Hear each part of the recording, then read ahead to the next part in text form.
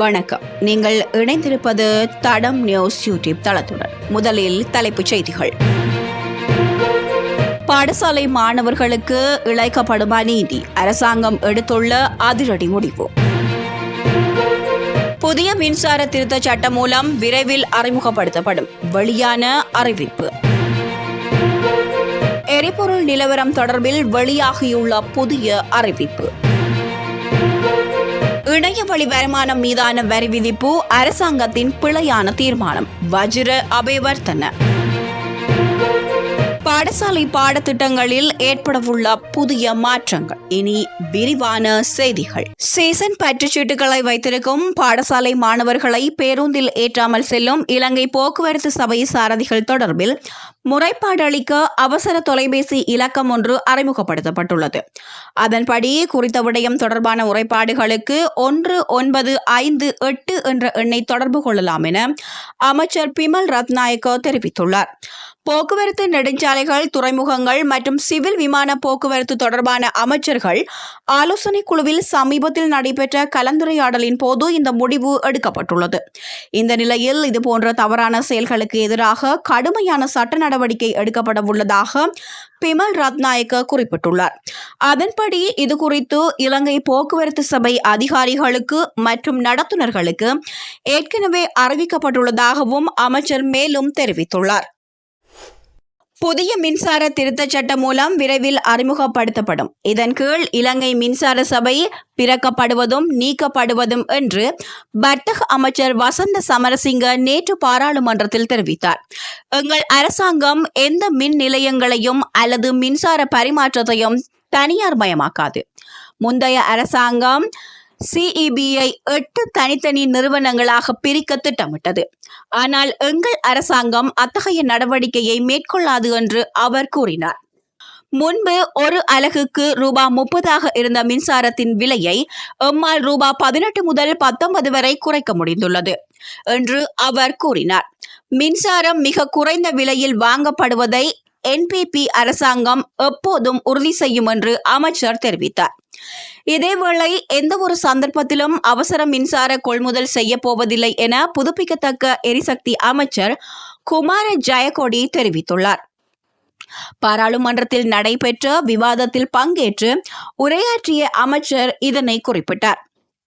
சில பாராளுமன்ற உறுப்பினர்கள் கேள்வி எழுப்பினார்கள்.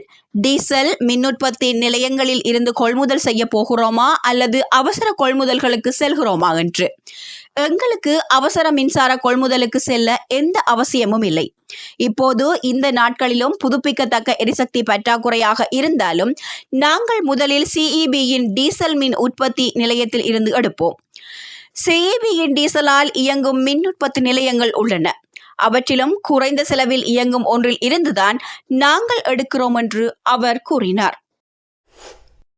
அனைத்து எரிபொருள் விநியோகஸ்தர்களும் உடனடியாக எரிபொருள் ஓர்டர்கள் பெறுவதை மீண்டும் தொடங்குமாறு அறிவிக்கப்பட்டுள்ளதாக விநியோகஸ்தர்கள் சங்கத்தின் பிரதி தவிசாளர் குசும் சந்தநாயக்க தெரிவித்துள்ளார். இலங்கை பெட்ரோலிய கூட்டுத்தாபன தவிசாளருடன் கலந்துரையாடல் ஒன்றை நடத்த முடிவு செய்யப்பட்டுள்ளதால் இந்த இடம் எடுக்கப்பட்டுள்ளதாக கூறியுள்ளார். அதன்படி இன்று நடைபெற்ற ஊடகவியலாளர் சந்திப்பில் உரையாற்றிய அவர் அரசாங்கத்துடன் கலந்துரையாடல்கள் மூலம் தற்போதைய பிரச்சினைக்கு தீர்வு காண எதிர்பார்த்துள்ளதாக குறிப்பிட்டுள்ளார். இந்த நிலையில் எரிபொருள் விநியோகத்தின் போது விநியோகஸ்தர்களுக்கு வழங்கப்படும் 3% தள்ளுபடி ரத்து செய்யப்படுவதாக அறிவிக்கப்பட்டதை தொடர்ந்து எரிபொருள் விநியோக செயற்பாடுகளிலிருந்து சம்பந்தப்பட்ட சங்கம் விலகுவதாக அறிவித்திருந்தது.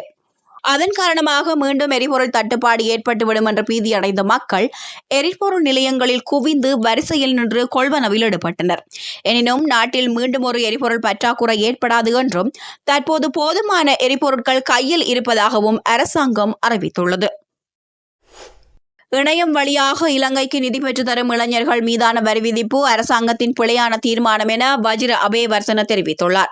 இலங்கையின் இளைஞர் யுவதிகள் இணையத்தின் மூலம் நாட்டிற்கு வெளிநாட்டு நிதி பெற்று தருகின்றனர் என அவர் சுட்டிக்காட்டியுள்ளார். எனினும் அவர்களுக்கு அரசாங்கத்தால் ஓய்வூதிய தொகை அல்லது ஏனைய நலன்புரிகள் வழங்கப்படுவதில்லை என சுட்டிக்காட்டியுள்ளார். இத்தகவலை அவர் காலியில் நடைபெற்ற நிகழ்வு ஒன்றில் பங்கேற்ற பின் ஊடகவியலாளர்களிடம் கருத்து தெரிவிக்கும் போதே குறிப்பிட்டுள்ளார். இவ்வாறு வெளிநாட்டு நிதி ஈட்டும் இளைஞர்கள் மீது வரி விதிக்க நடவடிக்கை எடுக்கப்பட்டால் அந்த வருமானத்தை வேறு வழிகளில் கையாள முடிவு செய்யக்கூடும் என அவர் தெரிவித்துள்ளார்.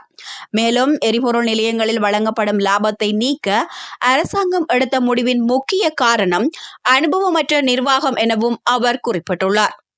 20 ஆண்டுகளாக எரிபொருள் நிலையங்களில் பணியாற்றும் பணியாளர்கள் எரிபொருளின் மனம் காரணமாக உடல்நலக்குறைவுக்கு ஆளாகின்றனர் என தெரிவித்துள்ளார். இதை கருத்தில் கொண்டு அவர்களுக்கு கூடுதல் நன்மைகள் வழங்கப்பட வேண்டும் என அவர் வலியுறுத்தியுள்ளார். புதிய கல்வி சீர்திருத்தத்தின் கீழ் தரம் 1 மற்றும் 6ஆம் பாடத்திட்டங்கள் மாத்திரம் முழுமையாக மாற்றப்பட உள்ளதாக தேசிய கல்வி நிர்வாகத்தின் பணிப்பாளர் நாயகம் பேராசிரியர் மஞ்சுளா விதாபத்ரன தெரிவித்துள்ளார். புதிய சீர்திருத்தங்களின் கீழ் ஏனைய தரங்களில் குறிப்பிடத்தக்க மாற்றங்கள் எதுவும் இடம்பெறாது. ஆனால் 10ஆம் தர பாடமுறைமை பகுதியளவில் மாற்றப்படும் எனவும் அவர் குறிப்பிட்டுள்ளார். இந்த 3 தரங்களிலும் புதிய கற்றல் மற்றும் கற்பித்தல் செயல்முறை 2026ஆம் ஆண்டின் தொடக்கத்தில் இருந்து வகுப்பறைகளில் செயற்படுத்தப்படும் என அவர் கூறியுள்ளார். மேலும் அமைச்சரவை பத்திரங்களுக்கு தேவையான தகவல்களை வழங்குதல், ஆசிரியர் பயிற்சி திட்டங்களை ஏற்பாடு செய்தல், தொகுதிகளை தயாரித்தல், புத்தகங்களை தயாரித்தல் போன்ற சீர்திருத்த செயற்பாடுகள் சுமூகமாகவும் நடைபெற்று வருவதாகவும் பணிப்பாளர் நாயகம் தெரிவித்துள்ளார். இத்துடன் செய்திகள் யாவும் நிறைவடைந்தன. மேலதிக செய்திகளுக்கு தொடர்ந்தும் எம்முடன் இணைந்திருங்கள். நன்றி. பாடசாலை மாணவர்களுக்கு இழைக்கப்படும் அநீதி, அரசாங்கம் எடுத்துள்ள அதிரடி முடிவு. புதிய மின்சார திருத்த சட்டம் மூலம் விரைவில் அறிமுகப்படுத்தப்படும் வெளியான அறிவிப்பு. எரிபொருள் நிலவரம் தொடர்பில் வெளியாகியுள்ள புதிய அறிவிப்பு. இணையவழி வருமானம் மீதான வரி விதிப்பு அரசாங்கத்தின் பிழையான தீர்மானம். வஜிர அபேவர்த்தன. பாடசாலை பாடத்திட்டங்களில் ஏற்படவுள்ள புதிய மாற்றங்கள். இது போன்ற செய்திகளை தெரிந்து கொள்ள தடம் நியூஸ் சேனலை சப்ஸ்கிரைப் செய்து அருகில் உள்ள பெல் பட்டனை கிளிக் செய்யுங்கள். மேலும் இது போன்ற செய்திகளை உடனுக்குடன் தெரிந்து கொள்ள தடம் FM.com என்ற இணையதளத்தின் வாயிலாகவும் எங்களுடன் இணைந்து கொள்ளுங்கள்.